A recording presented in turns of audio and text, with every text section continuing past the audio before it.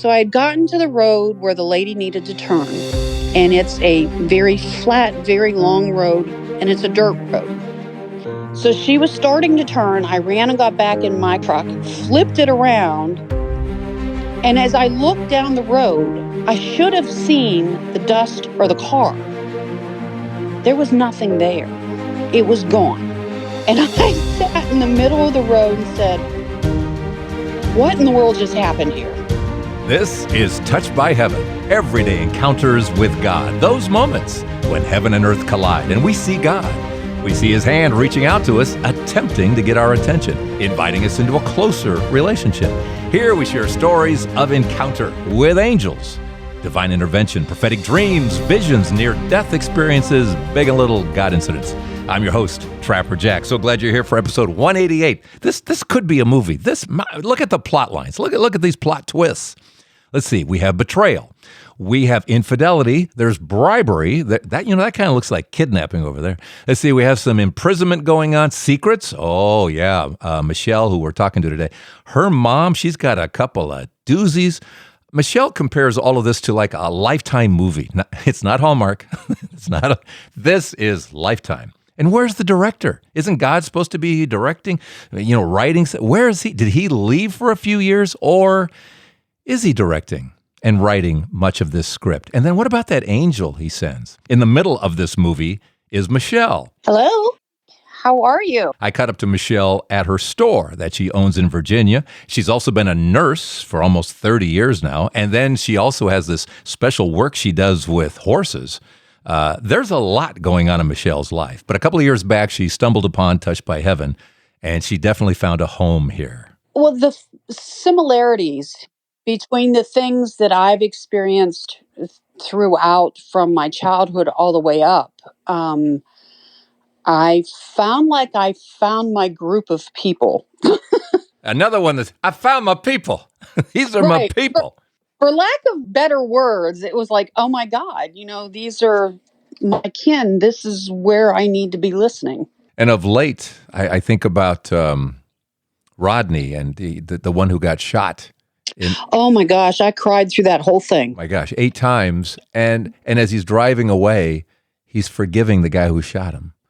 Yes. And and it goes from there. All the things that happen, I'm going, man, what drama. And then we had Nancy, who has a vision and stops a murder in the process because of this vision that she had of her father and brother in Mexico and everything. It's like, whoa. Yep. And now I'm getting yours, which our Lifetime movie.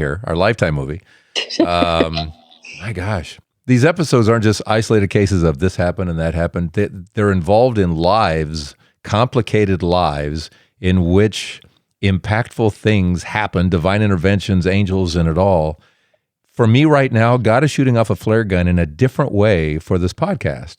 There's plenty of those moments that he shot off the flare gun and said, hey, Michelle, open your eyes and see what's right here in front of you. Memorable ones, I was driving home from work, and it was a day that was particularly hard. And I, at times, can be a rather aggressive driver, not aggressive with my car, but just sort of infuriated and fussing and carrying on, because some days when you have a 3.5-hour commute home, it's just a little more than you can handle. And I was almost home, and I pulled up to a stop sign, and there was a green Subaru Foresters or Outbacks. And it was sitting in the way, so I beeped the horn, and it wouldn't move. So I got out of the car, and I saw this little old woman. And she was sitting in the car, and I was so irritated. I said, ma'am, are you okay? And she opened her window, and I got hit with cigarette smoke, just cigarette smoke.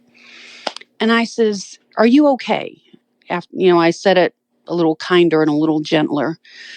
And she says, I'm looking for this road. I said, ma'am, it's just around the corner. Go on and go. And so then she pulled out and she pulled over. And I zipped around real fast. And then it was like immediately something just took my heart and snapped it like you snap a rubber band. And I sat there and I said, gosh, darn it.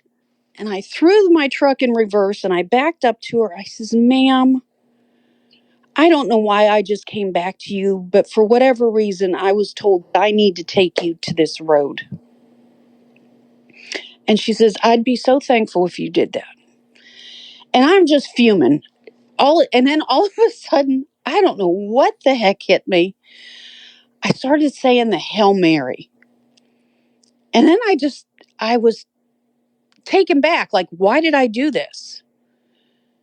So I had gotten to the road where the lady needed to turn. And it's a very flat, very long road. And it's a dirt road. So I got out of the car because she was driving so slow. I stood behind my truck and pointed, this is where you need to turn. So she was starting to turn. I ran and got back in my truck, flipped it around. And as I looked down the road, I should have seen the dust or the car. There was nothing there. It was gone. And I sat in the middle of the road and said, what in the world just happened here? And then it was a voice that, clear as day, you've just got to slow down. And I drove home, and the minute I hit my driveway, I threw the truck in park and just sat at the top of my driveway with my horses watching me and cried. Because I had to slow down. You're bringing a lot of us to tears because we've all been there. You're just you're so ramped up in your own stuff, and how dare you be in my way right now? Right? Don't you know I'm irritated right now? And I really sounded just like you did. and for you to stop and go back, and you don't know why, other than that's the virtuous thing to do. That is the right thing, the most right thing you could do. Right. There are some who are listening and going, no, she turned, or she went this way. Explain how there's no way you don't see that car. There was no way. It's the road that she turned on. She made a right-hand turn, and it's nothing but a long, straight, flat road, and it's a gravel road. So that you can see from the road that you're still on. Oh my God, yeah, absolutely. And there was nothing there. There was no car. There was no dust. There was nothing. Even if she had turned around and gone the other or back, I don't know what, there's just no place not to be seen, right? It's just flat. Right, she couldn't. Yeah. Right, she couldn't have gotten past me. So what was it, 5 seconds, 10 seconds? And it's like, where'd she go? Yeah. Yeah, literally. It was just incredible. And about a week later, I told one of my girlfriends about it. And she just point blank told me, she says, well, you know, that was an angel, right? And I told her, I don't know what the hell it was. Excuse me, I didn't mean to say that. That's okay. Book of Hebrews, we entertain angels. We do. We entertain angels. They'll put a little test there for it. See, and you will never forget that moment. No, that is something that is so, just even telling you, now I could smell the cigarette smoke. I could see her glasses were so thick and she had so many wrinkles. And it was funny because when I talked to my girlfriend about it, I says, the only thing I can equate it to is, you know, when they say Jesus knocks on the door and are you going to let him in? I said, that's what it felt like at that moment. When I got home and I just parked the truck and sat in the driveway and cried, that's what it felt like. I opened that door for him. And I let him in. And other people are just having a problem with angels don't smoke. Yeah, if they have to, they will. If that sets the stage better for you to get a visceral reaction out of you, you bet they smoke. Right. I mean, because he's gonna have things present in a form and a manner which is most either acceptable or unacceptable to get the reaction out of you that he needs. Yeah, he just wants to keep poking. He's still just poking at you. And he does.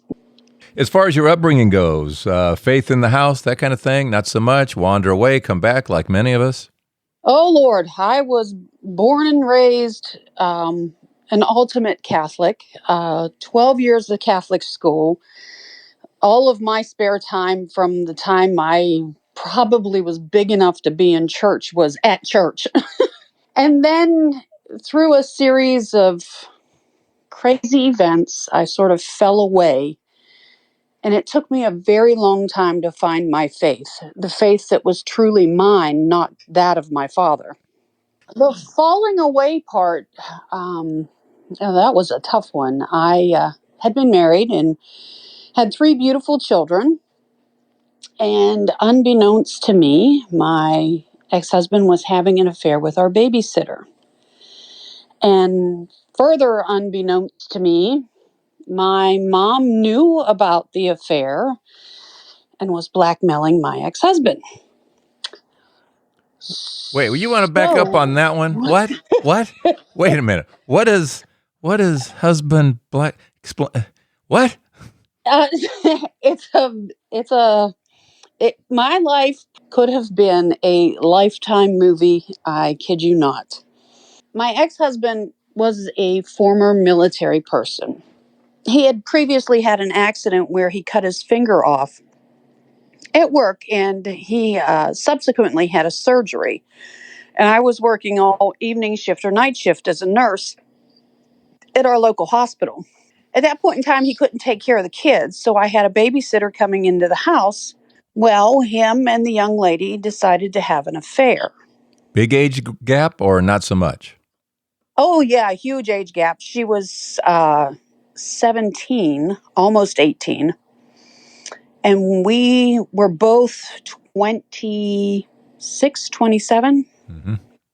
I knew nothing about it because I was never, I was either at work or taking care of the children.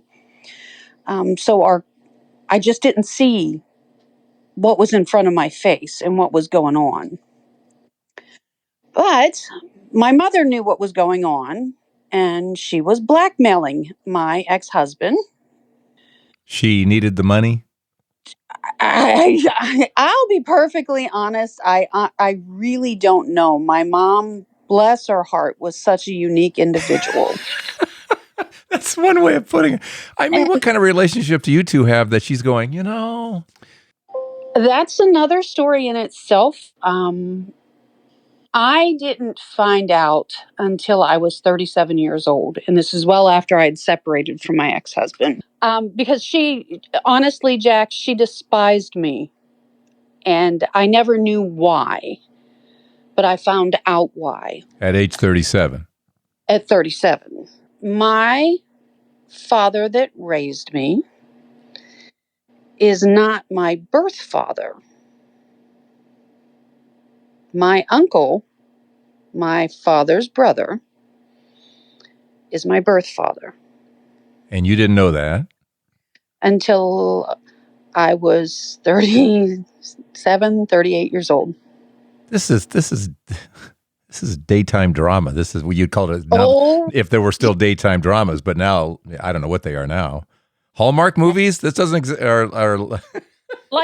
Lifetime. Excuse me, not the same as Hallmark. Excuse me. Right. Okay. Life is now a Hallmark movie for me, but previously it was a Lifetime movie.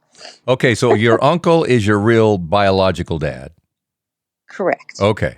The astounding thing was when my father passed away, he left me as the custodian and guardian of my mother because my mom had a series of strokes and she was in a nursing home at the age of 55. I had to manage her care, and throughout the process, that helped me grow and change because in order for her to move on to the next life, I really had to forgive her and know that I understood the reasons that things were the way they were. You kind of think about this. So, okay, so you're the child that came from the affair, and therefore, there's she's got animosity there. I get it. There's a story that you don't even understand. As you said, you don't understand why she's not seemingly treating you the way she is the other kids, but it's because the brother is the father and there's all that story going in the background and she has whatever issues with all that. Right. Crazy. Okay, let's get back to hubby who's messing around with the babysitter and then you find out, I take it sooner than 37 on that one. Yes. So what had happened was we were served with an eviction notice, even though I was working and I had sufficient money to pay the bills. I trusted him and I put the money in our bank account and I said, here's the money to pay the bills. So I was off this particular day and a knock came on the door and I figured it was one of the neighbors or whatever. And I opened the door and it was a sheriff. And I said, sir, can I help you? He says, yes. Are you Michelle so-and-so? And I said, yes, I am. And he says, I'm serving you this eviction notice. And I said, excuse me, we just paid the rent. He says, no, ma'am, you haven't paid the rent for 6 months. At that point, I turned to him and said, what is going on? And he says, I don't know what you're talking about. I said, really? I said, why are we being evicted? So at that point, I cut off all the money. He had no more access to the money. And What was he doing with it? he was buying things for my mother, paying the girl things for the girl so she could be in school, and just all kinds of. He was taking care of everybody but you guys, basically. Everybody but me and his 3 children, correct. Yeah. Okay. And meanwhile, your mom is how much is she getting out of him? What'd you find out? She got a new stove, a new washer and dryer, and I honestly couldn't tell you how much money. I don't know. The rent money was going there. A lot of rent. Yeah, absolutely. Wow, what a drama. Gee. Yeah. And you're the wife going about her business going, everything was just seemingly normal to you. Yep. The last to know thing, the last to know. Ouch. Right. And hindsight is truly 2020. As I look back over that time and over those years, the writing was all over the wall. But, I was so wrapped up in being a mom with 3 small kids. I had 3 kids under the age of 4 all at the same time. I worked full time as a staff nurse. And I worked either 3 to 11 or 10 p.m. to 6 a.m. So I never really slept. So, you throw that sleep deprivation in, and I know it's no excuse, but I just did not see it. Yeah. Didn't see it at all. Wow. Okay, so where do we go from here? Well, from here it gets worse. And I was met with a police officer and a restraining order that my mother had taken temporary custody of my daughter from me. What was the premise? She said the child was abused. Was that news to your daughter? It was news to all of us. Yeah. She wanted my daughter. She wanted your daughter, or she wanted to hurt you? What was? We never spoke about it. I was under the impression it was to hurt me, and to, now that I look back on it, sort of pay me back for causing her all that grief. Yeah, her getting pregnant with you by the uncle was causing her grief, and so she leveled you with it. Right, because it was my fault. Right. I was the visual that reminded her every day of what she had done. Yeah. Wow. It was a 5-year battle in hell for me to get my daughter home.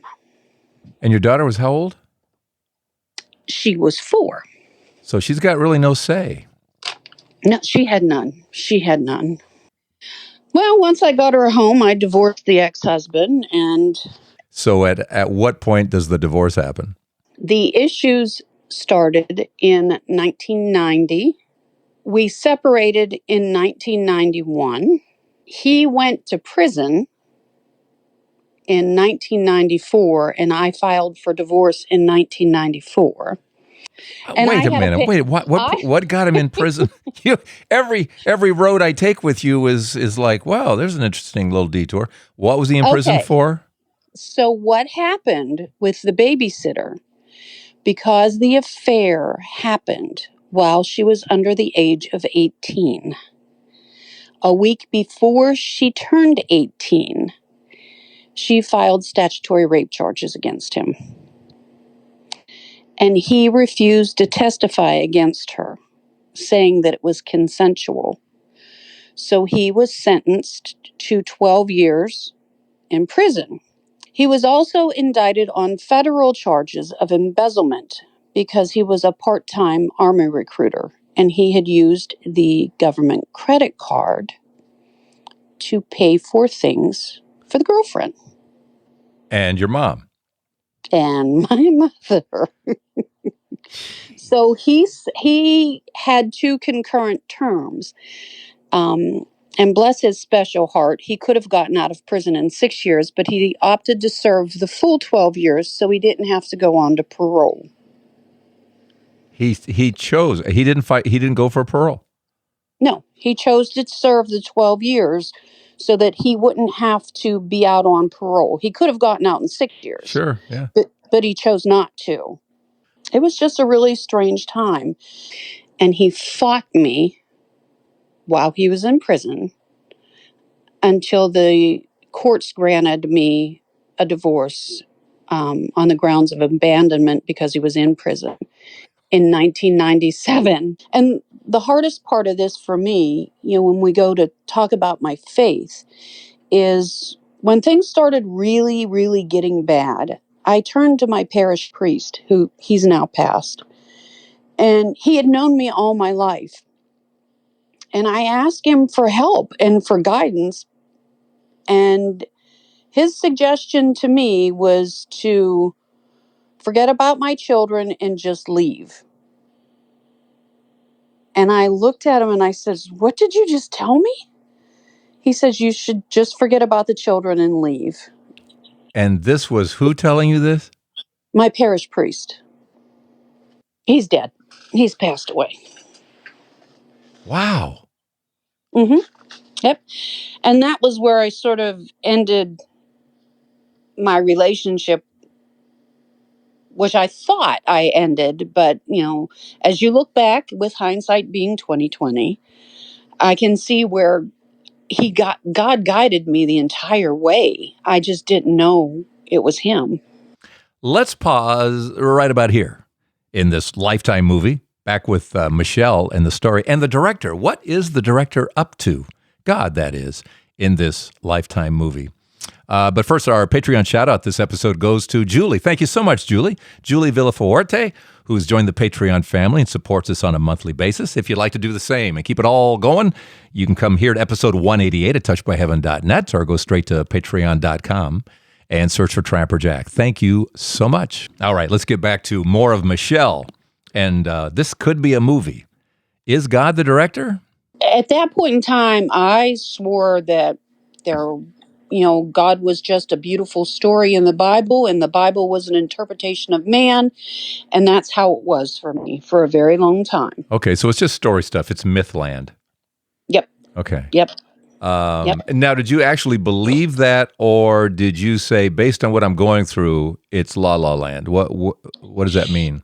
At that point in time, I really felt like I meant it, but with everything that happened, I was just so angry at him for everything that I was going through because I knew that I was a good person and I played by the rules. I did everything right. And it's like, how in the world could this be happening to me? What did I do? I often thought, am I paying for the sins of my mother? And at that point, I didn't even know other than my mom honestly wasn't a nice person. She, like I said before, she was unique and special in every way. But you're looking up to God like, a good God doesn't do this, doesn't allow this. Right.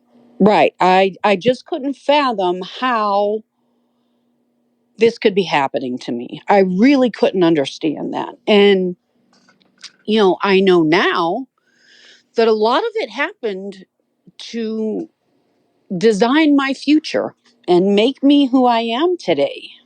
This is where because the DVR comes in handy because, God has the DVR. He knows how the story ends. He knows where you are in your story now, and he can react or not react, if you will, at certain times in order that the ending be where he wants it to be. Right. I don't even know where your story's going, but man, he's watching this too. He's watching this Lifetime channel. He was the master writing it. I was the actor in it. Okay, so where to next? Are there more turns before we got most of the turns handled now? Most of the really big turns are handled. In between him going to prison, he deposited me in the state of Virginia, literally deposited me. I came home from work one day before we separated, and I had been working down here on Fridays, Saturdays, and Sundays. I had a part-time job that I only worked 3 days a week, and I took care of the little boy who the movie Lorenzo's Oil was made about. I took care of Lorenzo for 3 years. Did you really? I really did. Now, no one else listening to this saw the movie. It was just, me and you. We're the only ones that saw this movie. Can I tell you something? Huh? My wife and I went. I don't know if I've ever hated a movie more. Really? I hate it. It's all suffering. It's 2 hours of suffering. I'm going, what is this? This is not date night. It's this child dying for 2 hours in front of you, basically. Right. Oh my gosh, you took care of that child. God bless you. May I say that did. first? My gosh, God bless you. So while I worked there, I met another nurse that worked, she worked predominantly night shift. I worked the evening shift. And she was a lovely individual and asked me if I wanted a full-time job. And I said, well, what are you talking about? She said, well, I'm a nurse manager at the VA hospital in Washington, D.C. Would you like a job? She said, I like what you do. I like how you work. And I would really like you to be one of my nurses. And I looked at her and I said, well, that's always been my dream.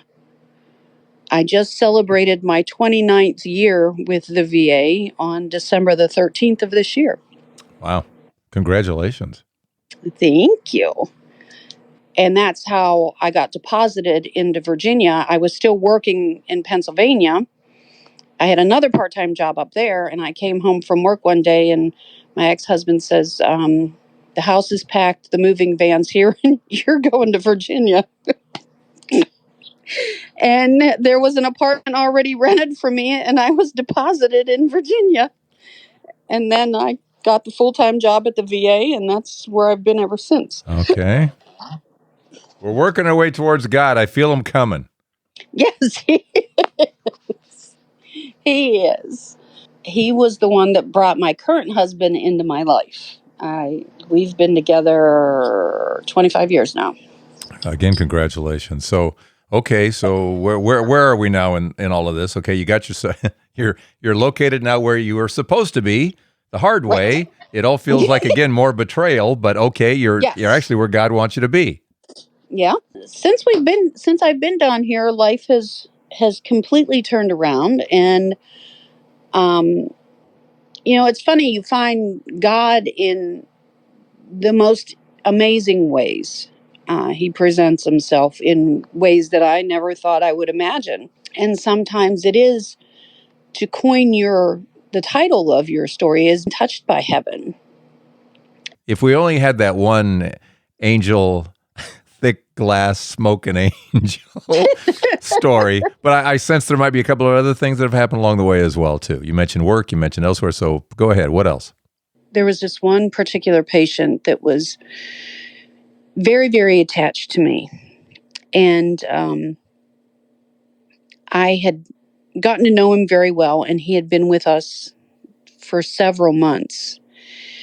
He got very, very sick one day, and he had asked the doctor that was in charge of him, who was a very good friend of mine, to call me because he was so afraid to go to the ICU, because he was so worried that if he went, he'd never come back. So they called me at home, and I couldn't leave because I didn't have anyone to care for my children. And as I spoke to him, it was as if the Lord came through and we started to pray. And if I remember correctly, we were saying the act of contrition. And finally, he says, I feel like I've been told I have to go now. And I says, well, you do need to go. You need to go to the MICU. He says, no, Michelle. He says, I know it's okay now if I go. And we hung up the phone. And subsequently, he did pass away. And then about 4 days later, his friend brought to me a Velvet Elvis. And there was a note that attached that was with it. And it was from the patient. And he had left it for me. And he said, I know it's time to go. And that's all it said. And it had love. Why in his Elvis? name. Why Elvis? Because I love Elvis. Oh, simple as that. A velvet Elvis, no less. It was a black velvet Elvis. Wow. Do you have it right next to dogs playing poker? I mean, all the finest artwork. Wow. No, that's that sweet. How sweet. That is just sweet. You know, and as, you know, going back to your Hail Mary, Holy Mary, Mother of God, pray for us sinners now and at the hour of our death. Amen. We don't know how important those moments are. We really don't. Because the battle for our soul is always going on. Always. Right. And let's never forget that the bad guys want us too. Yep. And sometimes we're still up for grabs. That's one of the things I've learned along the way is we may think, you know, oh yeah, Uncle Bob, yeah, no problem. No, the battle is on. The battle is always on. And we should always be praying for each other and now and at the hour of our death. It's a critical time. That came up in an earlier episode. Actually, I'm thinking about Larry going back to, I can't remember what episode it was, late 30 episode, maybe around 40, where his brother had died and he was about to call 911 and he got this really loud message, pray, don't call, he's gone, pray. And he got a lot of signs in that moment that he was supposed to be praying because the battle is still on. Mm-hmm. You know, the battle is still on right there at death. There's things going on we don't see. So you were answering that call beautifully. Yep. You made a comment. You said it's just like talking to old Uncle Bob, and I thought it was really funny that you had said that name because that was my father's brother's name. That's your dad. Mm-hmm. Wow. God's funny that way, isn't he? Yeah. God's funny that way. You know, mm-hmm. It's just reminding us that it's all real. This human drama. I was hearing a priest give a homily about when you talk about dysfunctional families, the two words together, it's redundant. All families are dysfunctional. It's just to what degree? Because we none of us are perfect. I'm not. You're not. Your mom, dad, brothers and sisters, our kids. Everyone is dysfunctional in their own way. You've had to deal with so much of this, much more than I've ever had to, and yet there you are. A peak performer, a high performer, dealing with being a nurse for all these years, dealing with running a store, being a part of a horse business. I mean, just all of this says a lot about how you came through this and God smiled upon you and blessed you at the times when you needed it most. And he did. And now, because I did the work, I'm reaping the benefits and have the life that I always dreamed of having. All those years ago, I never thought that I would have anything. And now I have everything I dreamed of. Let's go back to that angel for just a moment here, that thick-glassed, cigarette-smoking angel. I was just reading today that in those moments of stress, when we're really up against ourselves, as you were in that moment, if instead of going inward, we do go outward and we become charitable in that moment, God does amazing things, as he did with that story. And of course, with the lesson that was given to you, which is slow down, just slow down. Something we all need to be remembering. Did you slow down after that? Did that moment change your... It did. It did, because throughout my life, I've had to learn to slow down, because I work full time. We own a store. I own a farm. And then I do horse things on the outside. So you got a little equestrian action going as well? Yeah. Yeah. And God knows no pun intended. Yeah. He's saved me a few times on the trail too. Okay. Trust me on that one. Do you like equestrian, or are we breeding? What are we doing with horses? I am an EFL practitioner, which is an equine facilitated learning person, and I help people using horses with learning to be more confident, deal with PTSD things, things of that nature. Okay. But then on the fun side of it, I trail ride. My daughter is an eventer, so she does dressage. You're in the biz. You're in the biz. Okay. Yeah, and I'm raising 2 nurse mare foals. What does that mean? Nurse what? So they're nurse mare foals. It's a result of the thoroughbred business. Unfortunately, thoroughbreds are not historically good mothers. So what happens is they have a brood mare that they impregnate. She carries the babies to full term, but then the babies are immediately taken away from the brood mare, and then they are given thoroughbred babies to nurse. So the babies that they're bred with, so that their milk comes in, are taken away. So they're basically thrown away. And I worked with a rescue that picks these babies up, teaches them how to drink out of a bucket from a very early age, and then finds them suitable homes. Wow. So, look at all the things you got going here. All right, let's tell you, you're a million stories. He puts us in places that we need to be for very specific reasons. Yeah. And he brings everyone into our life at the exact divine moment that we need to be there or they need to be there. I guess the other one that really sticks out in my mind, and it's sort of funny.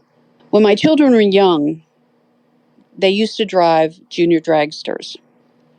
And every Friday, Saturday, and Sunday, we would run between 3 different racetracks so the kids could race. Is this like go-kart stuff? It's sort of like a go-kart, but it's bigger and longer. Okay. The scale is a quarter of a real dragster.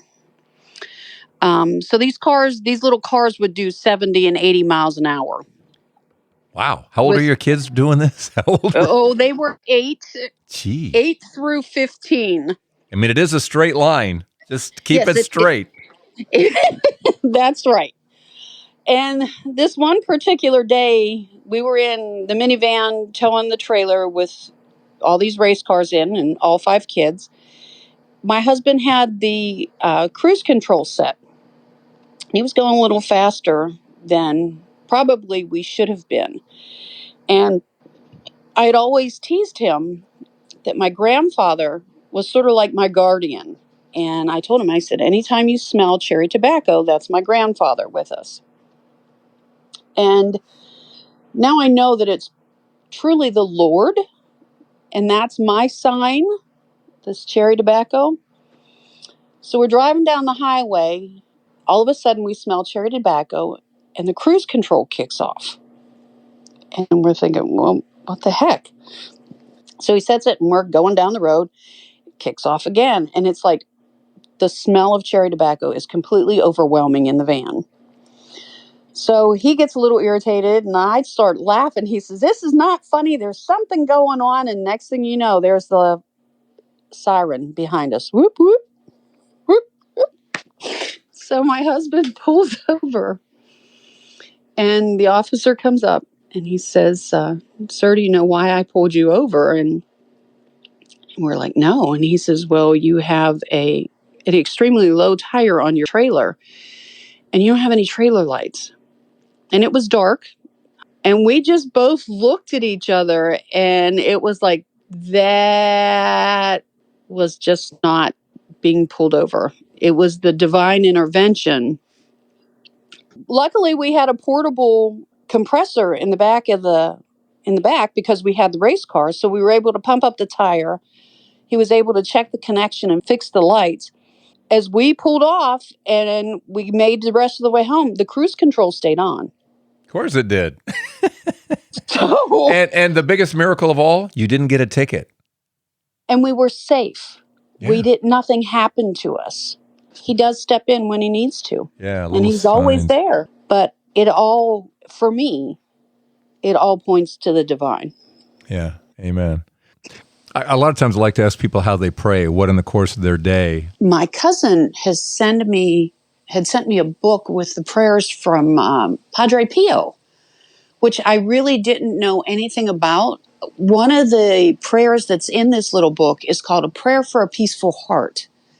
It is so poignant, and it really puts my life as it's come together in full perspective for me.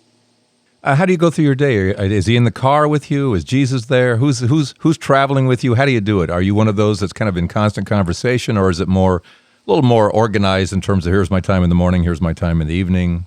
I catch myself praying at all moments of the day, and it's not always a prayer that's wrote like the Eviction or the Hail Mary. It's like, God, I'm really wondering about this today. So it's more like conversations with him that are very intimate at times, like with my concerns for the world and what's going on, my own health and things like that. It's like, it's just more conversations with him. I do say the formal prayers too, and usually in the morning and the night, but it's just general conversation throughout the day like I have with my friend, because first and foremost, he's my father, but he's my friend. What's our takeaway today, Michelle? What's the takeaway? The takeaway for me is no matter how dark something seems, no matter what's going on in your life, he's always there. And it's just like that little poem, Footprints in the Sand. He's always there to carry you. And I think everyone's seen that poster, right? The two sets of footprints, then one's gone, and you left me. No, that's when I was carrying you. The whole thing. I mean, there's a beautiful message in that. It really means so much to me because I experienced it. Thank you for this. Well, you're very welcome, and I enjoy the podcast, and I hope to hear it for many years. So many of us have gone through so many traumatic things. Bringing these stories to light help others know they're not alone. Thanks, Michelle. Appreciate that. Wow, this could be a movie, couldn't it? This could a lifetime. This is Lifetime. But a reminder again as we go through our storms, and it's hard to see when we're in the midst of the storms. It's so hard to see, and we look down and we see the footprints, and we're slogging through by ourselves. And no, he's carrying us. We're actually up on his shoulder, so by the time we actually can see, usually in the rearview mirror, the view's pretty good. The lesson's pretty good. The learning is pretty good. The old no pain, no gain thing. There was a lot of pain in this, a lot of pain for a great deal of gain. Love the angel. Love the thick glass, little old lady, cigarette smoking angel. And again, the charity that Michelle showed, the mercy in the moment of, I just want to get out of here and go home and, but to stop. God bless that heart, Michelle, to stop and go back. Can I help you? Would you like to, in the midst of that, but you were up against it and you still showed charity and showed mercy, which is what Jesus does. And what a lesson that came with it. Slow down. I'm right here with you. Slow down. And we all need to be reminded of that. Just great stuff today. Thanks, Michelle. So what's your story? Angels? Some sort of vision? Prophetic dream? Near-death experiences? Whatever it is, get a hold of me here at touchedbyheaven.net. And thanks again for your help at patreon.com and searching Trapper Jabs. Is that what I say? Okay, great. We all agree. All right, and I'll see you next week here at Touched by Heaven.